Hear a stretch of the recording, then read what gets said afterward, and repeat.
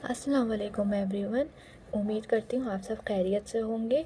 तो ये जो वीडियो है ये लेक्चर नंबर 2 है वर्क एनर्जी एंड पावर वाले चैप्टर का। पिछली वीडियो में हम लोगों ने डिस्कस किया था वर्क को, उसकी डिफरेंट टाइप्स को, और हमने law of conservation of energy हमने प्रूव किया था। तो इस वीडियो में हम लोग वर्क एनर्जी थ्योरम को डिस्कस करेंगे एंड फर्दर हम इसके अंदर कंजर्वेटिव फील्ड को भी देखते हुए चल रहे होंगे और कुछ न्यूमेरिकल एट द एंड देख रहे होंगे। ठीक है इंशाल्लाह। तो हम स्टार्ट करते हैं वर्क एनर्जी थ्योरम से। बिस्मिल्लाहिर्रहमानिर्रहीम।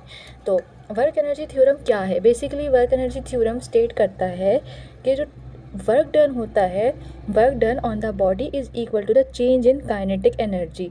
अच्छा, ये सिंपल अगर मैं अभी मैथमेटिकली बताना चाहूँ तो ये है, चेंज इन काइनेटिक एनर्जी के इक्वल होता है। वर्क एनर्जी थ्योरम ये चीज़ बताता है। लेकिन अब इसके पीछे शर्त क्या है? क्या शर्त है इस चीज़ के पीछे?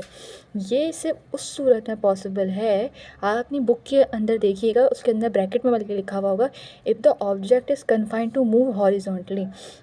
यानी कि अगर मैं ऑब्जेक्ट के ऊपर फोर्स लगाऊं और मेरा ऑब्जेक्ट हॉरिजॉन्टली मूव करना शुरू हो जाए, यानी कि थीटा ज़ीरो हो, जब एंगल ज़ीरो हो और ऑब्जेक्ट मेरा हॉरिजॉन्टली मूव करे, उस सूरत में जो वर्क डन होगा वो काइनेटिक एनर्जी के इक्वल होगा। वो कैसे होगा, क्यों होगा, अभी सब्र करो, डिस्कस करते हैं। चलो अच्छा, हम लोग क्योंकि थ्योरी मैं नहीं लिखवाती ऑब्वियसली, तो मैं उसको पूरा सिर्फ ड्राइव करते हुए चल रही हूँ कि थ्योरी आप लोग खुद से लिख लीजिएगा, मैं डिक्टेट कर दूँगी। वैसे मैं उर्दू में इसको बोल रही हूँ, आप लोग चाहे तो उसको लिख लिएगा। अच्छा, हम इसके अंदर कंसिडर करते हैं कि हमारे पास एक बॉडी है, ये रही बॉडी, ठीक है मेरे पास। उसका मैंने सिर्फ एज्यूम किया है कि जो बॉडी मेरे पास स्टेशनरी स्टेट में है, यानी कि रेस्ट में है, इसका जो मास है वो m है। अच्छा, इसकी जो इनिशियल वेलोसिटी होगी कोई ना कोई बॉडी की, अभी फॉर द टाइम 0 है, ठीक है। मैंने इसके ऊपर एक फोर्स लगाई F is the force which is acting on this body. मैंने इस रेस्ट ऑब्जेक्ट के ऊपर फोर्स लगाई तो ऑब्जेक्ट क्या करेगा? ऑब्वियसली डिस्टेंस कवर करेगा भाई। डिस्टेंस कवर किया इसने और ये ऑब्जेक्ट अब इस साइड पे आ गया। ऑब्जेक्ट के ऊपर फोर्स लगी, ऑब्जेक्ट ने डिस्टेंस कवर किया, हॉरिजॉन्टल डायरेक्शन में किया। बेटा हॉरिजॉन्टल डायरेक्शन क्या होती है? जब ऐसे कोई चीज़ मूव कर रही है बिल्कुल अलॉन्ग दी एक्सिस, तो ये हॉरिजॉन्टल डायरेक्शन है। वर्टिकल डायरेक्शन क्या होती है? ये हमारा वर्टिकल एक्सिस होता है। ये ऑब्जेक्ट को ऊपर उछाला, ये ऊपर स्ट्रेट लाइन जा रहा है, ये हमारा वर्टिकल है, ये हमारा हॉरिजॉन्टल है। ठीक है, हो जा गई बात। इसने डिस्टेंस कवर किया s, ये रहा वो डिस्टेंस जो ऐसे, सॉरी मुझे थोड़ा एडजस्ट करने में प्रॉब्लम है, जब ये ज़रा टेढ़ा मेढ़ा बन रहा है। ठीक है, अब इसकी जो फाइनल वेलोसिटी फर्स्ट करो इसकी जो इनिशियल वेलोसिटी थी वो v आई है, उसको मैंने v1 कहा हुआ है अभी। ठीक है, कुछ नहीं हुआ, बस v1 कहा हुआ है उसको।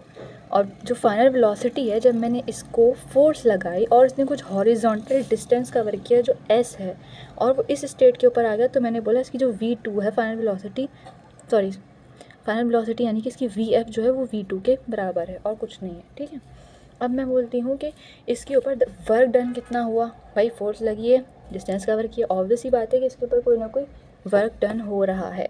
वो वर्क डन क्या है? वो है work done is equals to F dot product है, क्योंकि वर्क डन क्या है? Dot product of force and displacement. ये रहा एफ डॉट एस के इक्वल है। डॉट प्रोडक्ट को जब हम ओपन करेंगे तो क्या आएगा भाई? F dot S cos of theta. Simple कहानी हो गई भैया, ये आ गया। अब थीटा की वैल्यू यहाँ पे क्या है? 0 है। याद करें मैंने पिछली वीडियो में बताया है कि जब फोर्स लगी डिस्प्लेसमेंट कवर हुआ, ये रहा भैया, ये हो गया ना डिस्प्लेसमेंट कवर। और ऑब्जेक्ट मेरा क्या मूव करा है? हॉरिजॉन्टली मूव करा है। हॉरिजॉन्टली मूव करा है, इसका मतलब है एंगल 0 है बेटा। फोर्स ये लग रही, ये डिस्प्लेसमेंट कवर हुआ है, एंगल इन दोनों के दरमियान 0 है, पैरेलल है दोनों, फोर्स और डिस्प्लेसमेंट, एंगल 0 आएगा।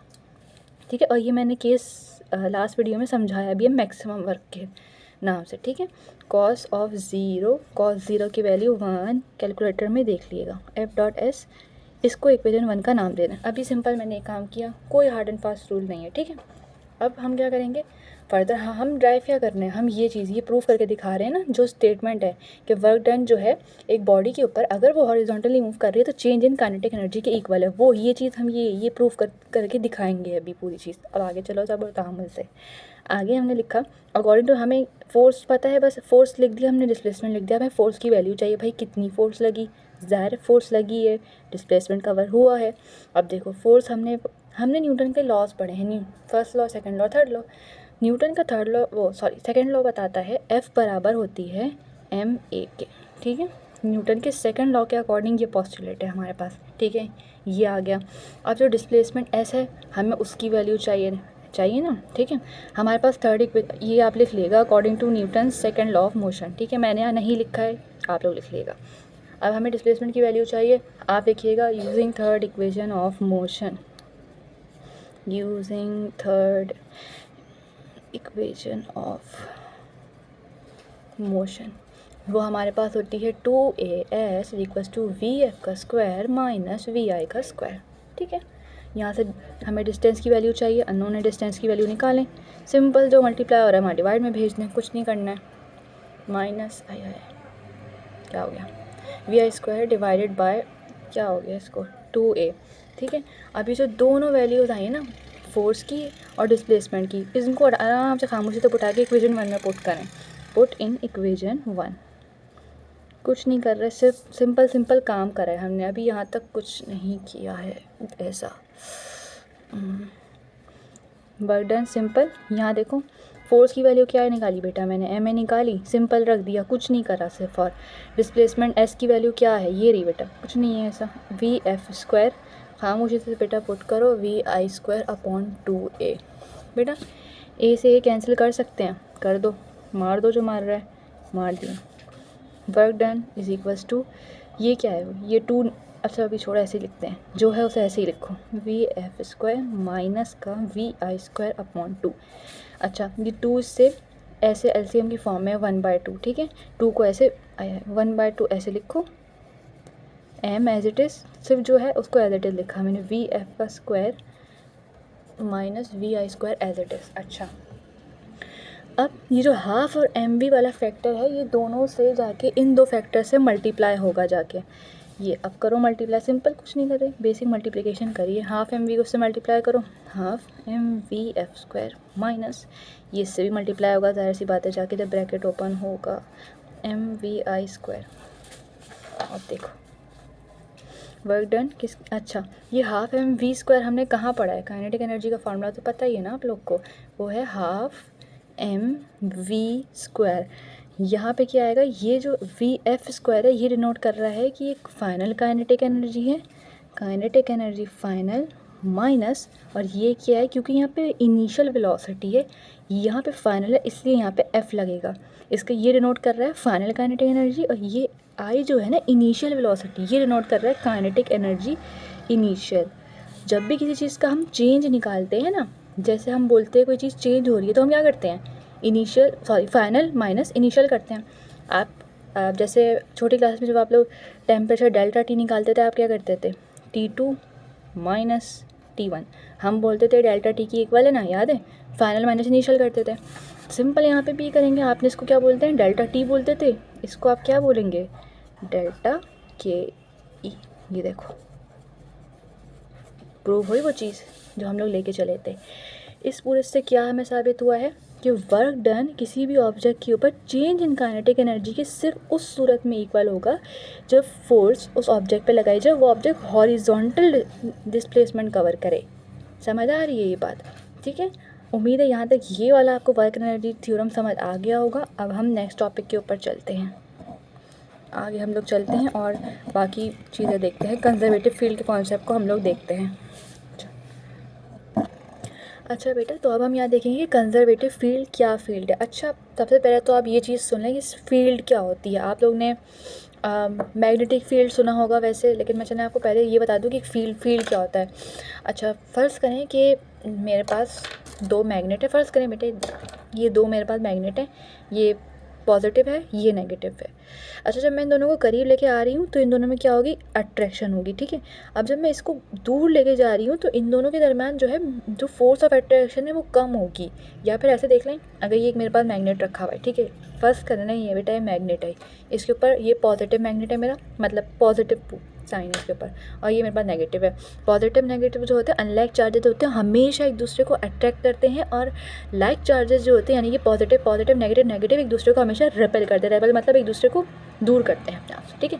ये पॉजिटिव है, नेगेटिव है।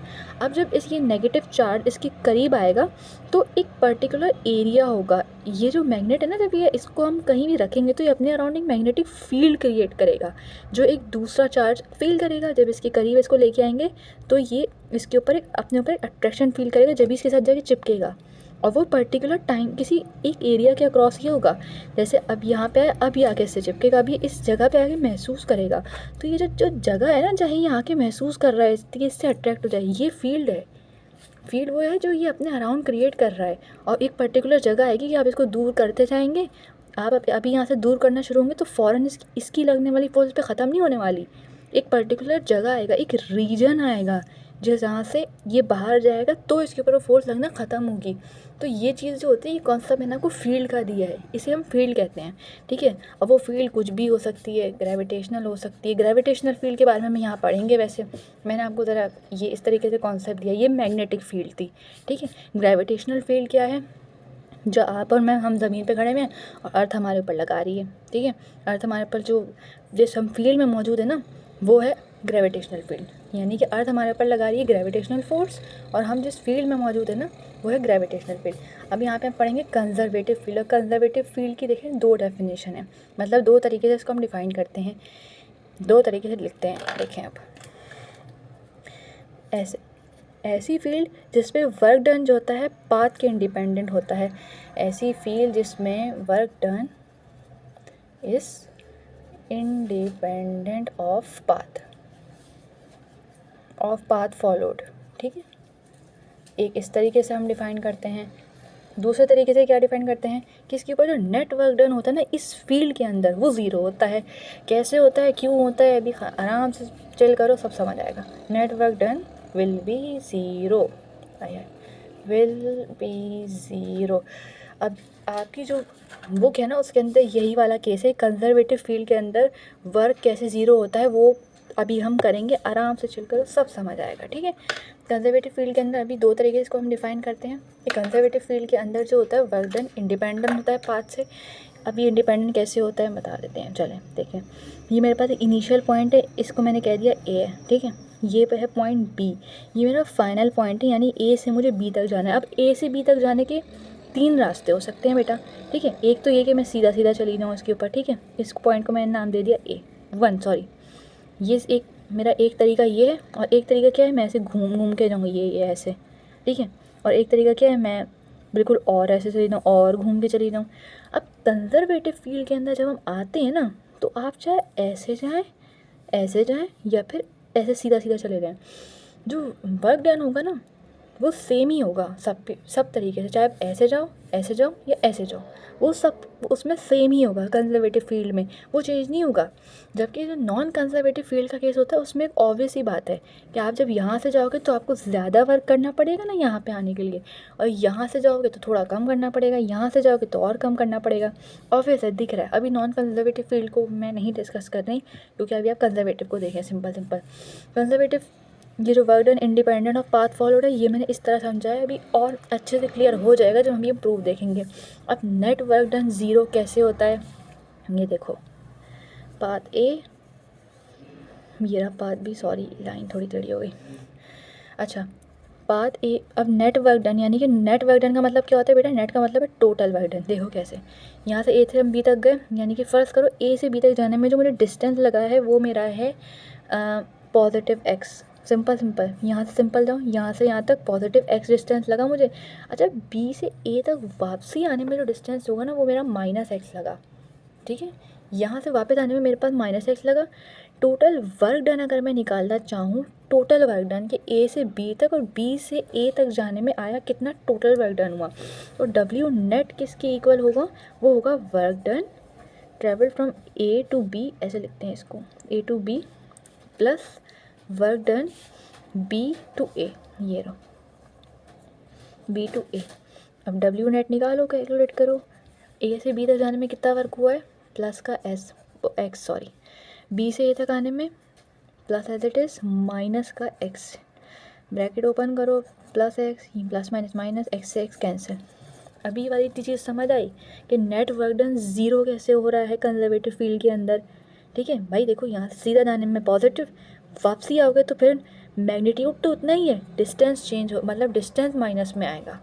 अब हम लोग क्या करेंगे, इसके अंदर हम ग्रेविटेशनल फील्ड के कॉन्सेप्ट को पढ़ेंगे। ग्रेविटेशनल, अच्छा मैं कंजर्वेटिव फील्ड की कुछ एग्जांपल बता दूँ आपको। कंजर्वेटिव फील्ड की कौन कौन सी फील्ड ऐसी हैं जो हमारी कंजर्वेटिव होती हैं, इसको अपने पास कहीं अच्छे से लिख लेना, मैं थोड़ा गड़बड़ में लिख रही हूँ। एक होती है हमारे पास एग्जांपल है ग्रेविटेशनल फील्ड की। अब ग्रेविटेशनल फील्ड कंजर्वेटिव कैसे है, यही आपकी किताब में भी प्रूव हुआ हुआ, यही हमें करके दिखाना है कि उसके अंदर net work done gravitational field में ज़ीरो होता है, ज़ीरो अंडा। कैसे होता है अभी हम बताते हैं, सब पता चलेगा। कूलम की फोर्स भी हमारे पास एक एग्जांपल है उसकी कंजर्वेटिव फील्ड की। कूलम्स फोर्स वो वाली फोर्स याद है, हमारे पास एक चार्ज रखा हुआ होता है, चार्ज अगले के ऊपर फोर्स लगाता है।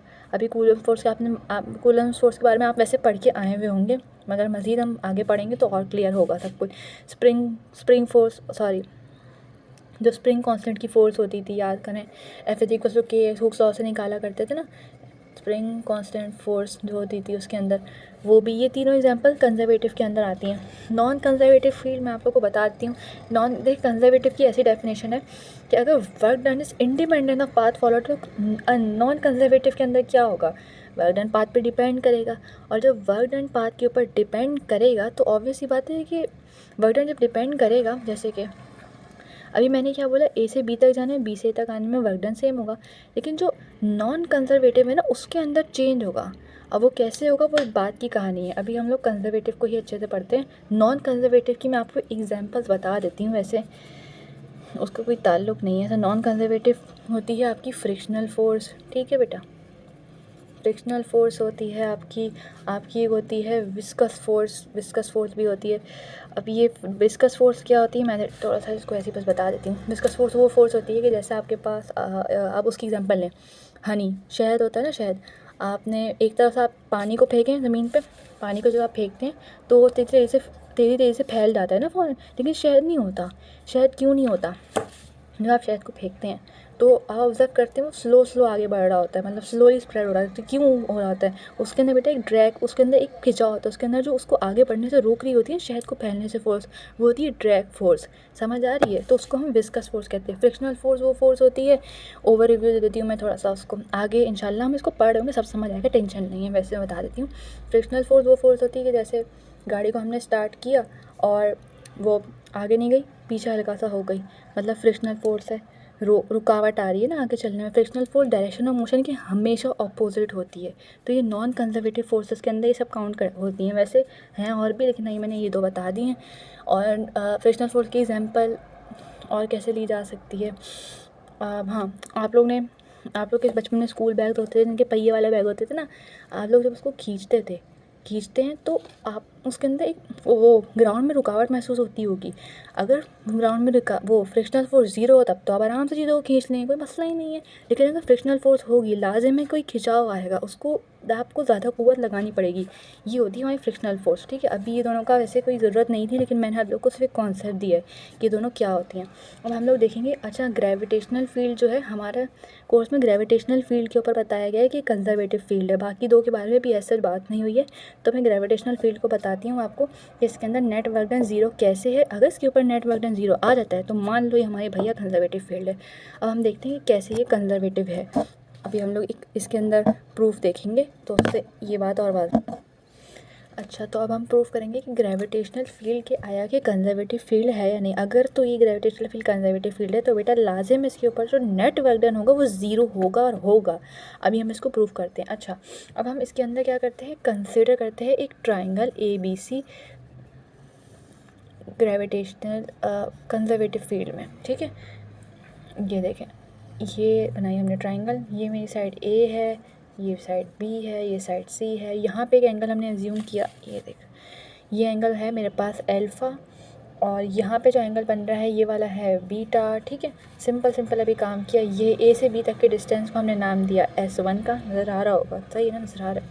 ये S3 है डिस्टेंस, और ये रहा मेरे पास डिस्टेंस S2। सिंपल अभी मैंने काम किया और कुछ भी नहीं किया। अच्छा, अब जब मुझे वर्क डन निकालना है, ये देखिए वर्क डन, अगर मैं बोलूँ यहाँ A से लेके B तक जाने में कितना वर्क डन एक्ट कर रहा है, मतलब कितना वर्क डन लग रहा है। अच्छा, ये जो ना हमने क्लोज पाथ कंसिडर किया है पूरा, ये इस पूरी के ऊपर जो फील्ड एक्ट कर रही है वो ग्रेविटेशनल फील्ड एक्ट कर रही है, ठीक है। कंजर्वेटिव फील्ड है, हमने कंजर्वेटिव फील्ड को अज्यूम किया है, इसके ऊपर जो फोर्स लग रही है ग्रेविटेशनल फोर्स एक्ट कर रही है, यानी कि Fg एक्ट कर रही है। और ग्रेविटेशनल फील्ड वो फील्ड है जहाँ पे ग्रेविटेशनल फोर्स एक्ट कर रही है, ठीक है। इस पूरी जगह पे पर सिर्फ एक ही फोर्स एक्ट कर रही है, कौन सी है? Gravitational force. सिंपल अभी है, कुछ नहीं है, ठीक है। समझ आ गया यहाँ तक? अब देखो मैं बोलती हूँ कि वर्क डन निकालो फ्रॉम A टू B, यहाँ A से लेके B तक चलने के लिए वर्क डन निकालो। क्या होगा आप देखो, सिंपल लिखो, work done from A to B क्या होगा अब देखो, लिखो work done A to B बराबर है। अच्छा मैंने क्या बोला अभी, मेरी ये बात याद है? यहाँ पे फोर्स कौन सी एक्ट कर रही है, ये फील्ड कौन सी है? ग्रेविटेशनल फील्ड है। हमें प्रूव करना है ग्रेविटेशनल फील्ड कंजर्वेटिव फील्ड है या नहीं है। अगर है तो नेट वर्क डन 0 आएगा, और अभी आएगा, देखना देखना। ग्रेविटेशनल फील्ड है तो इसका मतलब कौन सी फोर्स एक्ट करेगी? Gravitational force. तो वर्क डन क्या होता है? F.T।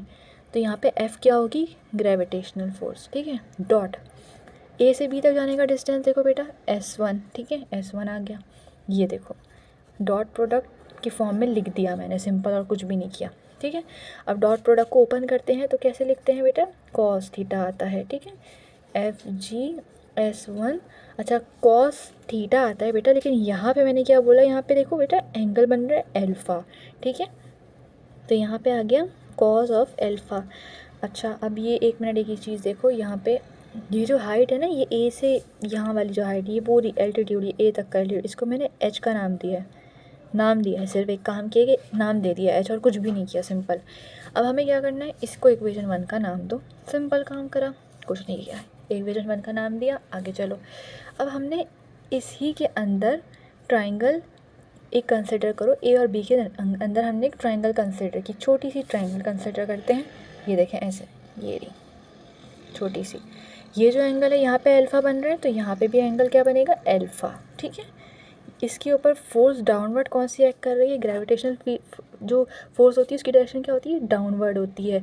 और Fg किसके इक्वल होती है? वो वेट होता है हमारा, मतलब W के इक्वल होती है। W क्या होता है? mg होता है। ये आपको उम्मीद है पता होगी ये बात, ठीक है। अच्छा हमने क्या किया बेटा, यहाँ पे अब हमने एक कंसिडर, यहाँ पे हमने एक ट्राइंगल को कंसिडर किया, हमने लिखा कंसिडर ट्राइंगल AB, ठीक है। AB के अंदर ही हमने एक ट्राइंगल को कंसिडर किया। मैंने अभी पीछे बताया था कि इसके ऊपर जो फोर्स एक्ट कर रही है वो डाउनवर्ड एक्ट कर रही है, वो है ग्रेविटेशनल फोर्स। क्यों है? क्योंकि ग्रेविटेशनल फील्ड है। ग्रेविटेशनल फील्ड वो फील्ड है जहाँ पर भी ग्रेविटेशनल फोर्स एक्ट कर रही है, सिंपल जबान में, ठीक है। अब हम क्या करेंगे, ये जो हमने एज्यूम किया है इसके थ्रू हम निकालेंगे कॉस की वैल्यू, ठीक है। हम यहाँ पर निकालेंगे, हम कॉस की यहाँ पे ट्रिग्नोमेट्रिक आइडेंटिटीज़ का इस्तेमाल करते हुए चलेंगे। छोटी क्लास में आपने पढ़ा होगा कि कॉस का जो फॉर्मूला होता है वो कुछ ऐसा होता है, आप लोग ऐसे करते होगे, some people have curly brown hair, वैसे ही देख लो। चलो, बेस अपॉन हाइपोटेन्यूज, ठीक है। यहाँ पे देखो थीटा किसकी इक्वल लिया है बेटा मैंने? थीटा लिया मैंने अल्फ़ा। अब देखो कॉस अल्फ़ा, ये देखो यहाँ पे बनाओ, ये मेरा परपेंडिकुलर है, ठीक है।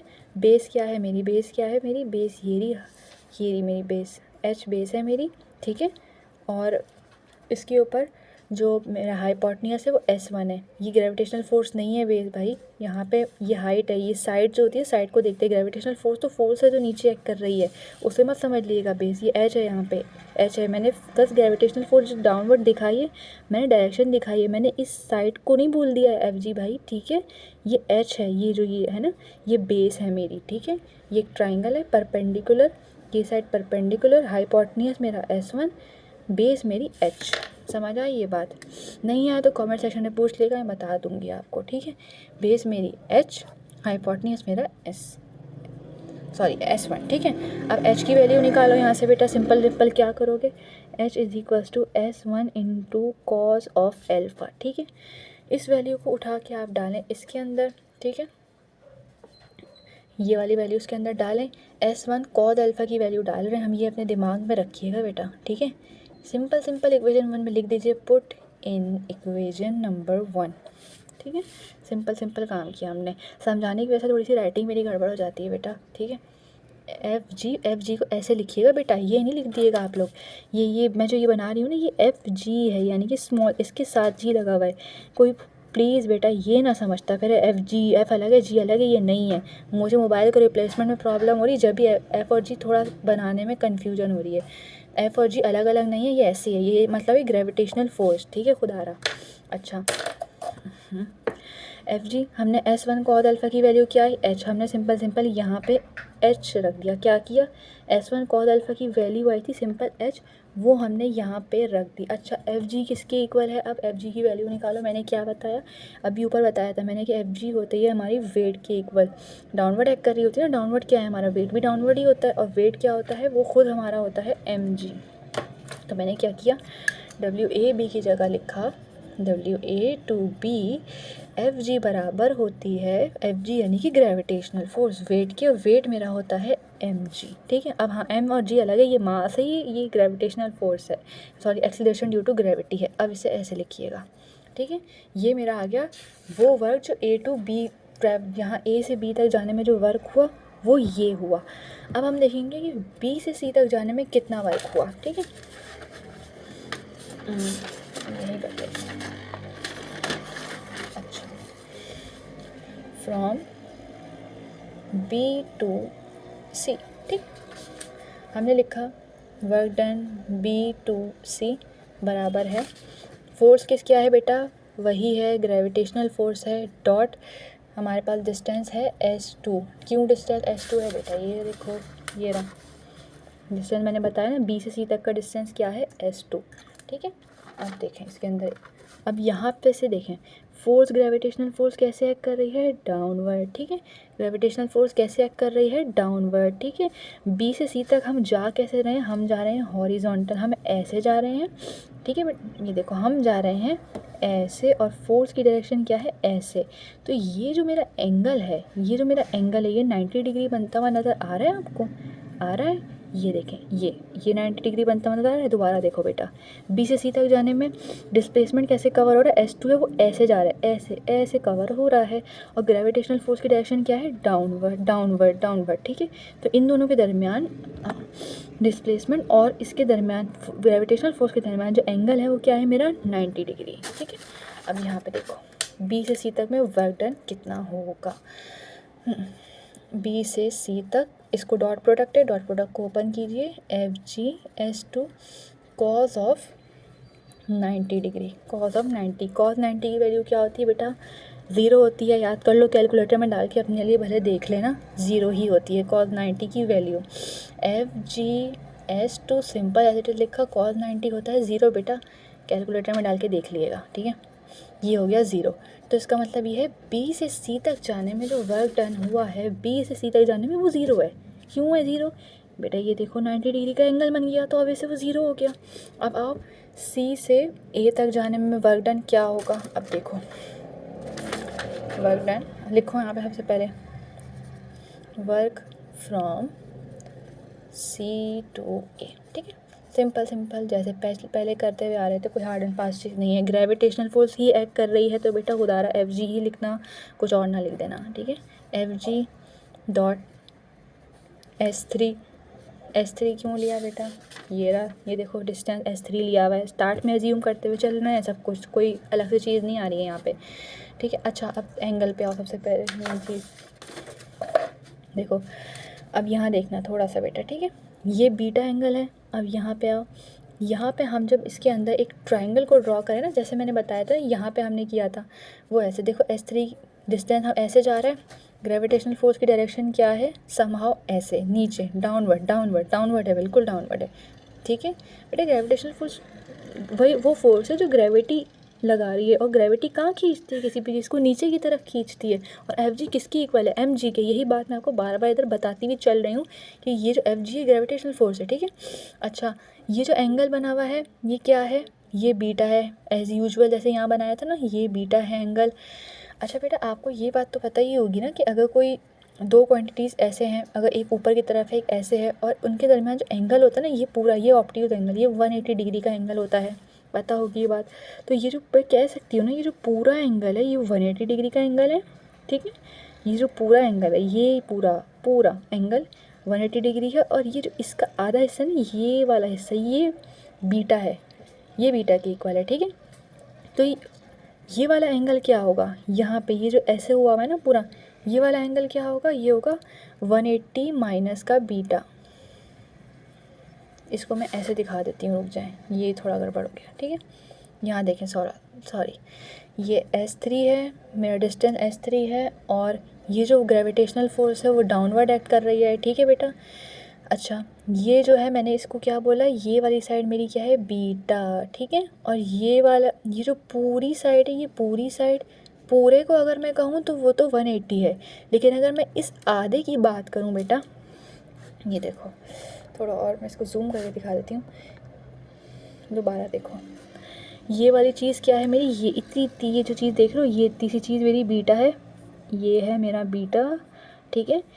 ये जो पूरा एंगल है, अगर मैं इस बीटा को साथ मिलाते हुए चलूँ तो ये क्या है, ये 180 डिग्री के इक्वल है, ये पूरा, ठीक है। अगर मैं इस बीटा को हटा के बात करूँ, सिर्फ इतने एंगल की बात करूँ, तो वो क्या होगा, वो होगा 180 डिग्री माइनस का बीटा। ये बात समझ आई, नहीं आई तो इसको वापस रिवाइंड करके देख लेना बेटा, ठीक है। और अगर फिर भी ना आए तो मुझे बता देना, मैं इसको कमेंट में कोशिश करूँगी मज़ीद क्लियर हो जाए। तो यहाँ पे जो एंगल है वो है 180 माइनस का बीटा, ठीक है। अब हम क्या करेंगे, यहाँ पे ये डॉट प्रोडक्ट है, इसको ओपन करो, खोलो, जैसे पिछले इसमें खोल रहे थे।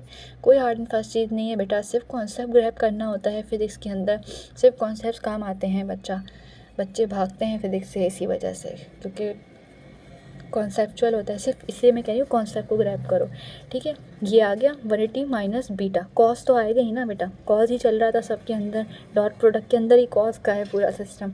अब देखो FGS3 ये हो जाएगा माइनस का कॉस ऑफ बीटा, ठीक है। क्यों हो गया, कॉस 180 डिग्री -1 होता है, ठीक है। उसके अंदर करके देख लेना, कैलकुलेटर के अंदर आंसर आपका माइनस के अंदर ही आ रहा होगा, -1 होता है कॉस 180 डिग्री, ठीक है। अब यहाँ पे आओ, माइनस कॉस बीटा आ गया आप लोगों का। अब हम यहाँ पे निकाल रहे हैं वैल्यू S3 कॉस बीटा की। जैसे हमने क्या किया था, सिंपल यहाँ पे निकाली थी ना, कहाँ गई, यहाँ पे S1 कॉस अल्फ़ा था, यहाँ पे हम निकालेंगे S3 कॉस बीटा की वैल्यू। कैसे निकालेंगे, वही ट्राइंगल को एज्यूम करते हुए चलेंगे, तो उससे आपका आंसर आ जाएगा -FGH, ठीक है। ये आप लोग चाहें तो करके दिखा दिएगा, वैसे तो हम लोग ने यहाँ पे कंसिडर करते हुए किया था, यहाँ पे मैंने निकलवाई थी ना यहाँ पे, तो सिंपल जैसे ये ट्राइंगल बना के किया था, इसको सिंपली यहाँ पे करके ट्राई कर लिएगा, बिल्कुल वैसे ही आएगा आंसर, आपका आंसर H ही आएगा। यहाँ पे बस क्या होगा, S3 आ जाएगा और कॉस ऑफ बीटा आ जाएगा, ठीक है। तो आपका आंसर उससे आएगा H के ही इक्वल आ रहा होगा, क्योंकि पिछले हमने इसमें करके दिखा दिया है ऑलरेडी, तो वैसे तो करने की ज़रूरत नहीं, अगर अपनी मर्ज़ी हो तो करके देख लीजिएगा, आंसर आपका H के इक्वल ही आएगा। जैसे हमने यहाँ पे किया है ना, ये S1 कॉस अल्फ़ा था, यहाँ पे बस क्या है, S3 कॉस बीटा है। सिर्फ ट्राइंगल को कंसिडर करते हुए करने का काम है, कोई ऐसी हार्ड एंड फास्ट चीज़ नहीं है, ठीक है। अब वर्क डन C2A है ये मेरा। अब जो है टोटल वर्क डन इस फील्ड के अंदर किसके इक्वल होगा, टोटल वर्क डन किसके इक्वल होगा, टोटल वर्क डन की बात कर रही हूँ। वर्क यहाँ पे देखो, नेट वर्क डन किसके इक्वल होगा, यानी कि टोटल वर्क डन। अगर तो ये 0 आता है तो इसका मतलब है ये जो है ये पूरी अच्छा एक मिनट, ये FG जो है, पीछे मैंने ये अभी 10 दफ़ा बात बताई थी कि MG के इक्वल है, तो ये मैं लिखना एक मिनट भूल गई थी, इसको लिख लिएगा, ठीक है। जो वर्क डन C2A तक का है वो है -MGH, ठीक है। अब net work done, total work done जो इस पूरी वो उसके अंदर हुआ है ग्रेविटेशनल फील्ड के अंदर, वो क्या है, वो कैसे आएगा, वो आएगा work done A to B plus work done B to C plus work done C to A। अब देखिए कैसे करेंगे, work done A to B plus work done B to C plus work done C to A, ठीक है। A से B तक जाने में वर्क डन मुझे कितना लगा, MGH, लिखो MGH plus work done B to C 0 plus work done C to A क्या आया मेरे पास, माइनस का MGH, ठीक है। MGH 0 0 हो गया, कुछ नहीं है, MGH दोनों को कैंसिल कर दिया, आंसर क्या है आपका 0 आ गया, 0। तो इससे हमें क्या पता चला, मैंने जो अभी बात पीछे बताई थी कि ग्रेविटेशनल फील्ड कंजर्वेटिव फील्ड है या नहीं, कैसे पता चलेगा, अगर इसके अंदर नेट वर्क डन 0 के इक्वल आएगा, और जो आ गया नेट वर्क डन हमारे पास 0, तो इसका मतलब है आप आखिर में लिखेंगे hence gravitational field is a conservative field. ठीक है, उम्मीद है ये वाली चीज़ थोड़ी समझ आ गई होगी। ये वाली चीज़ आप खुद से करके देख लीजिएगा, जो मैंने ये बताया ना कहाँ गई वो चीज़, S3 cos बीटा वाली। इस पर कोई ऐसी हार्ड एंड फास्ट चीज़ नहीं है बेटा, जो यहाँ पे हमने इसके लिए किया था ना, यहाँ पे एक ट्रायंगल अज्यूम करते हुए चल रहे थे, A एंड B शुरू से लेंगे तो सब कुछ क्लियर हो जाएगा इंशाल्लाह। ठीक है, अब हम आगे चलते हैं, इनके मज़ीद न्यूमेरिकल्स को देखते हैं। अच्छा, तो अब हम इस चैप्टर 5 के न्यूमेरिकल्स को देख रहे होंगे। जो आपकी बुक के अंदर 11 न्यूमेरिकल्स हैं उनको देख लेते हैं, जितने इसके अंदर अभी फॉर द टाइम कवर हो जाए। और इसके बाद हमारे कुछ टॉपिक रह गए हैं, जैसे पोटेंशियल एनर्जी, और एक हाँ थोड़ी डिटेल में डेरिवेशन है, वो इंशाल्लाह हम नेक्स्ट वीडियो में देख रहे होंगे। अच्छा, तो अब हम पहले न्यूमेरिकल के ऊपर आते हैं।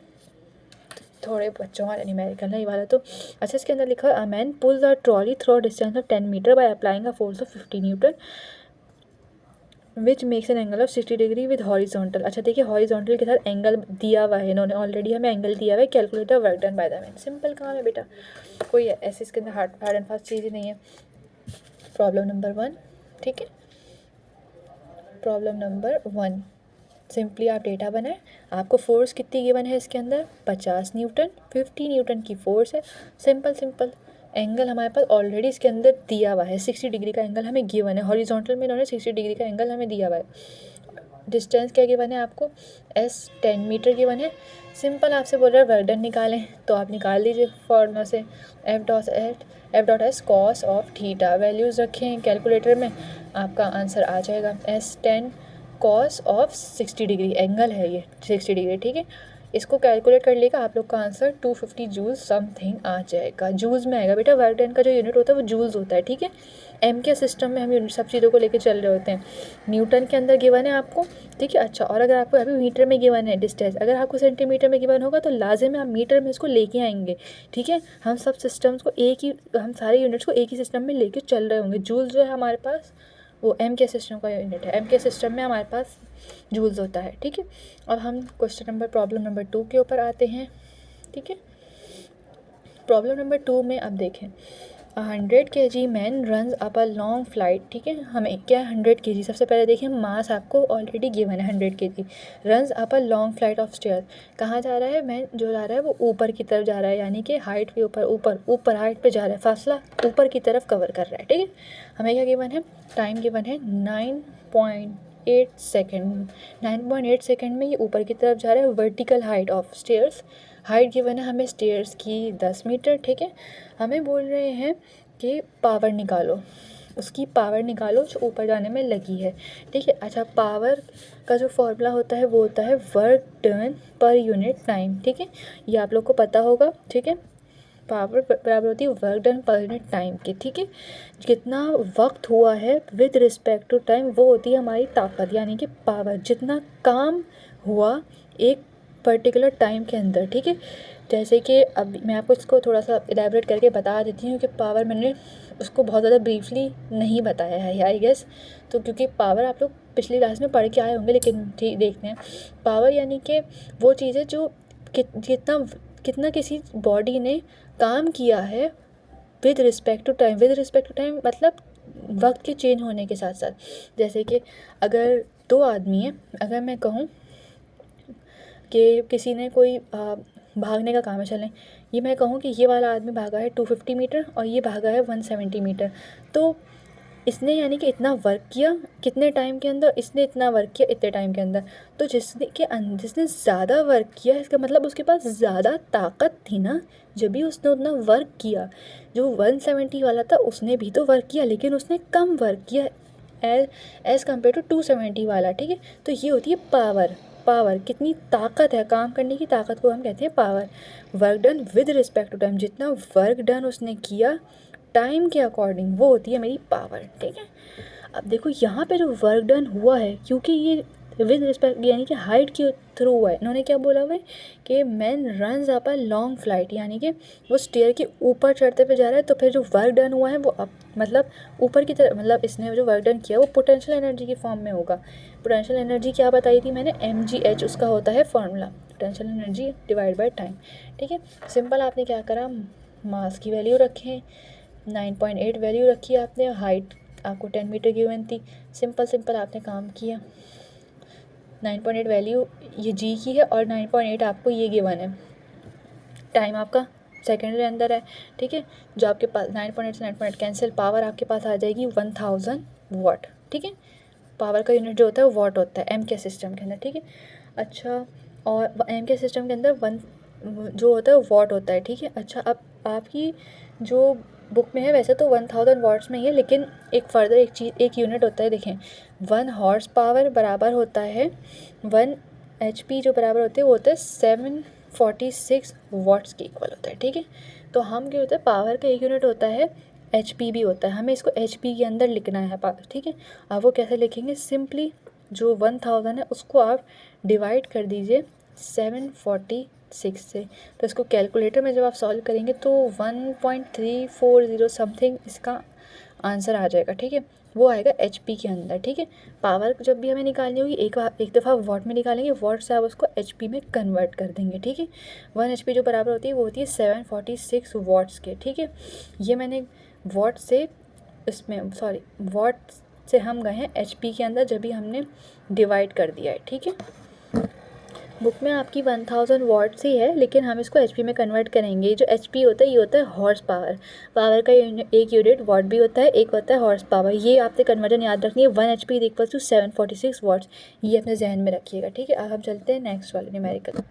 अच्छा, जो अब न्यूमेरिकल नंबर 3 है वो थोड़ा सा इसको अच्छे से देखिएगा, वो सिंपल ऐसा नहीं कि फार्मूला लगा के आंसर आ जाए, उसको थोड़ा सा समझना पड़ेगा। ठीक है, उसके अंदर बोला हुआ है when an object is thrown upward. ठीक है, मेरे पास एक ऑब्जेक्ट है, वो इनिशियली यहाँ पे था, ये इनिशियल पॉइंट है इसका, इसको जब हमने ऊपर लॉन्च करा, मतलब एक हाइट के ऊपर ले गए, फर्स्ट करें वो हाइट उन्होंने बोली हुई h है। When an object is thrown upward it rises to a height h। ठीक है, it rise to a height h, ये अब ऑब्जेक्ट इधर आ गया h हाइट को कवर करते हुए। ठीक है, how high is the object in terms of h when it has lost 1/3 of its original kinetic energy. नहीं समझ आया, अभी समझ आएगा, रुके। ठीक है, ये ऑब्जेक्ट था, इसको ऊपर राइज कर दिया h हाइट को कवर करते हुए। अब ये बोल रहा है कि वो हाइट बताओ जिसके ऊपर इसकी जो काइनेटिक एनर्जी है ना, वो इसकी ओरिजिनल काइनेटिक एनर्जी का 1/3 लॉस हुई हो। आराम से समझ आएगा। देखो, ये ओरिजिनल पॉइंट था मेरा। ठीक है, यहाँ पे ऑब्जेक्ट को हमने राइज कर दिया बिल्कुल ऊपर तक। ठीक है, यहाँ पे देख लो ना, ये ऑब्जेक्ट यहाँ पे राइज कर दिया, हाइट कवर हुई h, सिंपल। अभी ये हुआ और कुछ नहीं हुआ, ये हाइट h है। अब इसने बोला हुआ है कि वो हाइट बतानी है हमें जिसके ऊपर इसकी ओरिजिनल काइनेटिक एनर्जी का 1/3 लॉस हुआ है। ओरिजिनल काइनेटिक एनर्जी क्या है इसकी, 12mv² थी। ठीक है, सिंपल। अब यहाँ पे एक पॉइंट को कंसिडर करो, कहीं तो हम एज्यूम करेंगे ना कि जहाँ पे काइनेटिक एनर्जी का 1/3 लॉस हुआ होगा। फर्स्ट कर लिया मैंने कि वो पॉइंट मेरा यहाँ से, एक मिनट, कहीं यहाँ पे था मेरा वो पॉइंट। ठीक है, मैंने खुद से एज्यूम किया कि ये वो पॉइंट है जहाँ पे काइनेटिक एनर्जी, यहाँ पे फर्स्ट करा है मैंने कि वो जो हाइट हमें निकालनी है ना वो h डैश है, हमें निकालनी है वो हाइट जिसके ऊपर इसकी काइनेटिक एनर्जी 1/3 यानी कि 1/3 लॉस हुई है ओरिजिनल काइनेटिक एनर्जी का। ठीक है, वो हमें निकालना है, वो मैंने फर्स्ट किया, वो ये पॉइंट है जिसके ऊपर ये वो हाइट है, ऑब्जेक्ट के ऊपर जाते हुए वो हाइट है जिसके ऊपर इसकी 1/3 लॉस हुआ है, 1/3 लॉस हुआ है ओरिजिनल काइनेटिक एनर्जी का। ओरिजिनल काइनेटिक एनर्जी क्या है, 12mv²। समझ आई ये वाली चीज़, अभी तक ये वाली बात जो सवाल में केस था मैं उसको जर्नल करके बिल्कुल लिखा है। आपको फाइंड क्या करना है, h डैश की वैल्यू फाइंड आउट करनी है। ठीक है, अच्छा, आप लोगों को मैंने ये बात बताई थी कि जो काइनेटिक एनर्जी और पोटेंशियल एनर्जी होती है ना, वो इंटर कन्वर्टेबल होती हैं, यानी कि एनर्जी जो होती है, वही बात पीछे जो हुई थी, एनर्जी बेटा कभी भी ना डिस्ट्रॉय नहीं होती ना क्रिएट होती है, बल्कि वो फॉर्म चेंज करती है। यानी कि काइनेटिक एनर्जी के अंदर अगर चेंज होगा ना, मतलब काइनेटिक एनर्जी के अंदर लॉस होगा तो उसी वक्त पोटेंशियल एनर्जी में गेन आएगा। काइनेटिक एनर्जी की ख़त्म नहीं होगी, वो कन्वर्ट होगी पोटेंशियल एनर्जी के अंदर। पोटेंशियल एनर्जी में जैसे ही लॉस आ रहा है, इसका मतलब है वो काइनेटिक एनर्जी में गेन होगा। पोटेंशियल एनर्जी ख़त्म नहीं हो गई, डिस्ट्रॉय नहीं हुई, वो कन्वर्ट हो गई काइनेटिक एनर्जी के अंदर। ठीक है, तो अब मैंने यहाँ पे लिखा लॉस ऑफ काइनेटिक एनर्जी बराबर है गेन ऑफ पोटेंशियल एनर्जी, ये वही चीज़ है जो law of conservation of energy state करता है, ठीक है। लॉस ऑफ काइनेटिक एनर्जी क्या हो रहा है, हाफ mv², जो ये लॉस हो रहा है इस एनर्जी का, वो गेन हो रही है किसमें, पोटेंशियल एनर्जी में, जो कि है mg। इनिशियली बस ये मैंने एक बात लिखी है कि ये हमारे पास हो रहा होता है, ठीक है। इसको इक्वेशन 1 का नाम दो, अच्छा ठीक है। ये है लॉस ऑफ काइनेटिक एनर्जी, ठीक है। अब मुझे बताना है loss of 1/3 of original kinetic energy कितना होगा, ठीक है। देखो अब लिखा मैंने loss of 1/3 of original kinetic energy बराबर होगा गेन इन पोटेंशियल एनर्जी, क्योंकि ऑब्वियस ही बात है अगर 1/3 भी लॉस हो रहा है तो किसी चीज़ में तो वो गेन हो रही है ना, वो ख़त्म तो नहीं हो रही है। ये मत दिमाग में लाना कि जो 1/3 है वो भी कहीं ना कहीं ख़त्म हो जाएगी, वो भी किसी अगर यहाँ से लॉस भी होगी तो किसी चीज़ में ट्रांसफॉर्म होगी, कन्वर्ट होगी, ख़त्म नहीं होगी, ठीक है। हमने लिखा loss of 1/3 of original kinetic energy, 1/3 as it is of original kinetic energy. Of original kinetic energy मतलब ओरिजिनल काइनेटिक एनर्जी ये रही, हाफ mv² थी मेरी, मैंने सिंपल ये लिख दिया। गेन इन पोटेंशियल एनर्जी अब क्या है, यहाँ पे mgh नहीं है, mgh' है, ये मेरी वो हाइट है जिसके ऊपर ये पूरा काम हो रहा है, ठीक है। mgh' है, इसको मैंने इक्वेशन 2 का नाम दिया। अच्छा अब मुझे वैल्यू किसकी चाहिए, मुझे चाहिए h' की वैल्यू, ठीक है। यहाँ पे अब हम क्या करेंगे, दोनों इक्वेशन को डिवाइड कर देंगे, डिवाइडिंग इक्वेशन 2 बाय इक्वेशन 1, ठीक है। हमने क्या किया, डिवाइड कीजिए, सिंपल मैथमेटिक्स है बेटा, half mv², left hand side को लेफ्ट हैंड साइड से डिवाइड करेंगे, राइट हैंड साइड को राइट हैंड साइड से डिवाइड करेंगे, ठीक है। हाफ mv², ये नीचे मैंने इक्वेशन 1 लिखी है, ठीक है, is equals to mgh as it is, ये वाला जो कट रहा है उसे काट दीजिए, हाफ mv² से half mv² as it is cancel हुआ, mg से mg कैंसिल होगा बेटा, महान बन के ये h' और h कैंसिल मत कर दिएगा, खुदारा वो h' है, h के ऊपर डैश था और ये नीचे बना दिया मैंने, h' है, खुदारा कट मत कर दिएगा उसको, आपस में कैंसिल नहीं कर दिएगा, मतलब 1/3 सब कैंसिल हुआ, ये देखिए ये सब कैंसिल हुआ है, mg कैंसिल हुआ है, तो क्या बचा मेरे पास h' डिवाइडेड बाय h। हमें किसकी वैल्यू चाहिए, हमें चाहिए h' की, यहाँ पे मैंने लिखा था ना h' किसके बराबर हो जाएगा, 1/3 h से डिवाइड हो रहा है, वहाँ जाके इसको बेटा मल्टीप्लाई कर दो इनटू h, ये आ गया। ये वो मेरे पास हाइट है जिसके ऊपर मेरी जो काइनेटिक एनर्जी है उसका 1/3 लॉस हो रहा है ओरिजिनल काइनेटिक एनर्जी के। आप बोलेंगे कि यहाँ पे कोई वैल्यू क्यों नहीं है भाई, हमारे पास कोई मतलब नंबर में आंसर क्यों नहीं आ रहा, बेटा क्योंकि सवाल ही हमें इन जनरल गिवन था, जब इन जनरल सवाल गिवन होता है तो इन जनरल ही बात करते हैं। अगर यहाँ पे भैया खुदारा हमें कोई वैल्यू गिवन होती ना कि जो हाइट रेज हुई है वो 6 मीटर है, तो बेटा पक्का हम यहाँ पे 6 वैल्यू डाल के निकाल लेते, लेकिन इसका आंसर यही है, आपकी बुक में भी ये आ रहा है, ये रहा, कहाँ गया, ये रहा h/3, h' की वैल्यू h/3। अरे बेटा इससे कंफ्यूज मत हो जाना कि ये 1/3 क्यों लिखा है, ऐसे लिख लो, चलो ठीक है। ये हो गया हमारा प्रॉब्लम नंबर 3, ठीक है।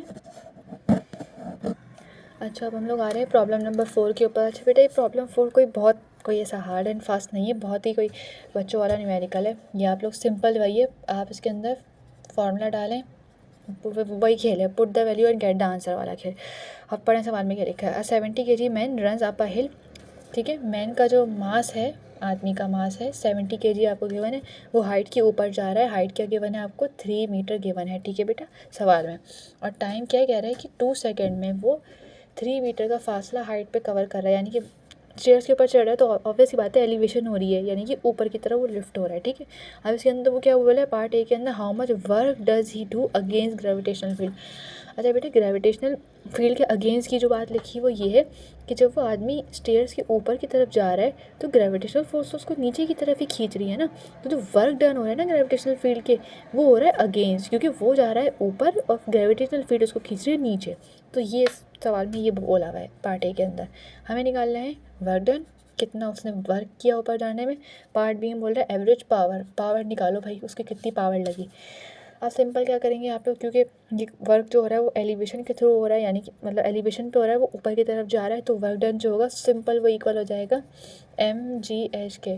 वैल्यूज़ रखिएगा 70, एक्सेलरेशन ड्यू टू ग्रेविटी की वैल्यू आपको याद होनी चाहिए और होगी भी, मुझे पता है, मीटर पर सेकेंड स्क्वायर।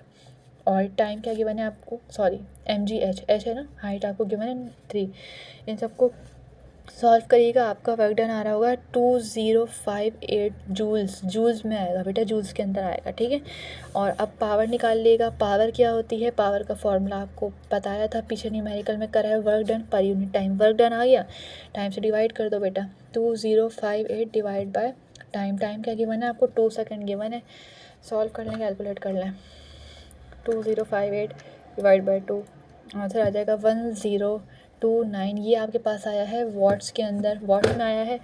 इसको आप लोग चाहें तो उसमें कन्वर्ट कर लें हॉर्स पावर के अंदर। 1 HP किसके इक्वल होता है, 746 वॉट्स, ठीक है। वॉट से HP पे कन्वर्ट करेंगे तो 1029 को 746 से आप लोग सिंपली डिवाइड कर रहे होंगे। इसको सिंपल डिवाइड कर दें 746 से, आंसर आ गया 1.379 HP। HP क्या है, हॉर्स पावर है, और ये भी एक पावर का ही यूनिट है, ठीक है। तो ये बहुत सिंपल था न्यूमेरिकल था, कोई बहुत हार्ड एंड फास्ट नहीं था ये प्रॉब्लम नंबर 4। अच्छा, हम प्रॉब्लम नंबर 5 के ऊपर आते हैं, ठीक है। प्रॉब्लम नंबर 5 आज की वीडियो का लास्ट न्यूमेरिकल है, फिर बाकी जो न्यूमेरिकल रह गए वो अगले टॉपिक के साथ इंशाल्लाह नेक्स्ट वीडियो में कवर कर रहे होंगे। अच्छा, अब देखो बेटा, प्रॉब्लम नंबर 5 भी कोई ऐसा वो नहीं है, सिर्फ थोड़ा सा कॉन्सेप्ट का खेल है, और फार्मूला याद रखेंगे बेटा तो ऑब्वियस सी बात है न्यूमेरिकल करने में इंशाल्लाह कोई मसला नहीं आएगा। बस कन्वर्जन छोटी मोटी और जो फार्मूला पढ़ाए गए उनको अच्छे से याद रखिएगा, और कोई प्रॉब्लम आ रहा हो तो उसको कमेंट सेक्शन में पूछ लिएगा, इंशाल्लाह मैं उसका जवाब दे रही होंगी, ठीक है।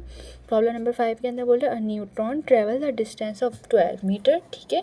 एक न्यूट्रॉन है, उसने डिस्टेंस कवर किया है 12 मीटर का, तो सीखिए सिंपल मैंने डिस्टेंस लिखा 12 मीटर, अभी और कुछ नहीं किया। अब आगे चलो, टाइम ट्रेवल इससे बोला हुआ है, ये 12 मीटर जो उसने कवर किया है वो इतने टाइम के अंदर किया है। टाइम आपको गिवन है, सेकेंड्स में गिवन है ऑलरेडी। अगर सेकेंड में ना गिवन हो, मिनट में या वो मिनट में गिवन हो, तो आप मिनट से उसको सेकंड में कन्वर्ट करेंगे। एम केस में चलेंगे बेटा, टाइम को हमेशा सेकंड में रखते हुए करते हैं। आपको टाइम गिवन है 3.6 एक्सपोनेंट -4 सेकंड्स, ठीक है। और आपको गिवन है assuming the speed was constant, ठीक है। उसकी काइनेटिक एनर्जी निकालनी है, स्पीड उसकी कांस्टेंट है, कांस्टेंट स्पीड के साथ मूव कर रहा है, ठीक है। मास ऑफ न्यूट्रॉन आपको गिवन है ऑलरेडी इसके अंदर 1.7 एक्सपोनेंट -27 kg, ठीक है। अच्छा, अब हम लोग क्या निकालें, हमें काइनेटिक एनर्जी इसकी निकालनी है, ठीक है, क्योंकि ऑब्वियसली बात है वो मूव कर रहा है तो उसकी कोई काइनेटिक एनर्जी है। काइनेटिक एनर्जी का फॉर्मूला याद होना चाहिए, और होगा भी आपको याद, 12mv²। अच्छा, हमारे पास मास तो है, चीज़ें देखें क्या क्या आपके पास नहीं है। मास है हाफ, तो चलो कर लेंगे। वेलोसिटी नहीं है, अब वेलोसिटी कैसे निकालेंगे। अच्छा, सिंपल सी बात है बेटा, वेलोसिटी का फॉर्मूला क्या होता है, डिस्टेंस पर यूनिट टाइम, ठीक है। आप लोगों के पास डिस्टेंस आपको गिवन है 12, टाइम आपको गिवन है बेटा 3.6, सब कुछ एमकेएस में होना चाहिए और है मीटर में, सेकंड में। वेलोसिटी आप कैलकुलेट करिएगा, 12 को इससे डिवाइड कीजिएगा, आपके पास आंसर आ रहा होगा समथिंग 3.33 एक्सपोनेंट 4 मीटर पर सेकंड। यूनिट लिखना मत भूलिएगा बेटा, फ्री के नंबर गवा देंगे।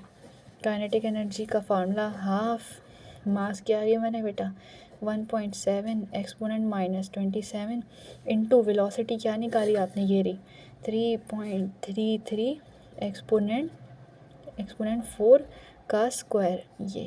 ये स्क्वायर है, ये ऐसे लिखा है, half 1.7 exponent -27 multiply by 3.33 exponent 4 के होल स्क्वायर। स्क्वायर लगाना मत भूलिएगा बेटा, फॉर्मूला में v के ऊपर स्क्वायर है। इसको कैलकुलेटर में अपने रख के सॉल्व करिएगा तो आप लोग के पास आंसर आ रहा होगा 9.44 एक्सपोनेंट -19 जूल्स। एनर्जी का यूनिट बेटा जूल्स होता है, ये आंसर आपके पास आ रहा है जूल्स के अंदर, ठीक है। अब आप लोग इसको इलेक्ट्रॉन वोल्ट में कन्वर्ट करेंगे, क्योंकि यहाँ पे पार्टिकल की बात हो रही है, यहाँ पे हमें न्यूट्रॉन बोला हुआ है। अच्छा, ये वाली एक कन्वर्जन अपने पास लिखें, 1 इलेक्ट्रॉन वोल्ट जो होता है वो बराबर होता है 1.6 10⁻⁻19 जूल्स के, ठीक है बेटा। जब हम जूल्स से इलेक्ट्रॉन वोल्ट के अंदर जाएंगे तो हम इसको याद रखना बेटा, डिवाइड करेंगे 1.6 एक्सपोनेंट -19 से। एक्सपोनेंट -19 से -19 कैंसिल हुआ, आपके पास सिंपल आंसर आ जाएगा 5.9। कैलकुलेटर से कर लिएगा बेटा इसको सॉल्व, यही आ रहा होगा 5.9 EV। ये देखें 9.44 sorry 9.44 exponent -19 whole divided by 1.6 exponent -19। ये देखिए 5.9 इलेक्ट्रॉन वोल्ट के अंदर आपका आंसर आ गया। ठीक है, ये जो छोटी मोटी कन्वर्जन है ना, 1 EV इतने उसके, ये जो 1 HP इतने उसके, ये आप याद रखिएगा। और फार्मूलाज को इनके अंदर, इस वाले चैप्टर के अंदर न्यूमेरिकल कोई ऐसे हार्ड एंड फास्ट नहीं है, सिर्फ और सिर्फ फार्मूलाज का खेल है। फार्मूलाज को अच्छे से याद रखिएगा एंड स्पेशली कन्वर्जन्स को।